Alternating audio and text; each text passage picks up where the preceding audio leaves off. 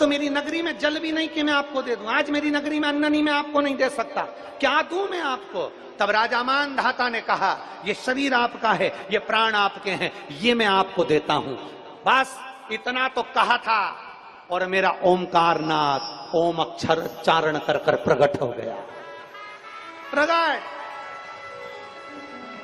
मेरा ओमकारेश्वर बाबा प्रकट हो गए और राजा मानधाता से कहा, तू चिंता मत कर, आज से ये मानधाता की नगरी नहीं, ओमकारेश्वर की नगरी है।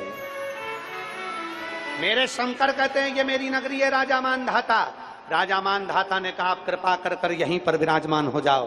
शंकर भगवान ने कहा, राजन मां रेवा के तट से मैं कहीं नहीं जाऊंगा, जगत का कल्याण करने के लिए मैं ओमकारेश्वर बनकर यहां स्थिर होऊंगा, शिवलिंग के रूप में विराजमान होऊंगा। सुनो राजा मानधाता, दुनिया का जो मनुष्य इस नगरी पर आएगा और राजा मानधाता तेरा नाम लेकर मेरे को स्मरण करेगा, उसकी झोली में खुशियों से भरकर भेज दूंगा। ऐसे राजा मानधाता विराजमान हुए और आज बड़ी खुशी की बात है, जो राजा मानधाता के वंशज भी इस नगरी में आज भी रहते हैं, उनको साधुता देता हूं, उनको धन्यवाद देता हूं।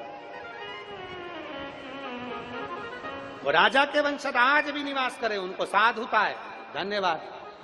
राजा मानधाता को वर प्रदान कर दिया, ये नगरी कभी खाली नहीं रहेगी, ये नगरी में कोई भूखा नहीं सोएगा, इस नगरी में कोई प्यासा नहीं रहेगा। भगवान शंकर कहते हैं, ये नगरी शंकर की नगरी है। राजा मानधाता, तुम्हारी ये नगरी को मैं स्वीकार करता हूं। जो इस राजा मानधाता की नगरी में अगर भूल से भी पांव रख देगा, जो मांगेगा शंकर कहते हैं उसका भंडार देवाधिदेव महादेव भर देगा, जो मांगे। बोल राजा मानधाता ओमकारेश्वर महादेव की।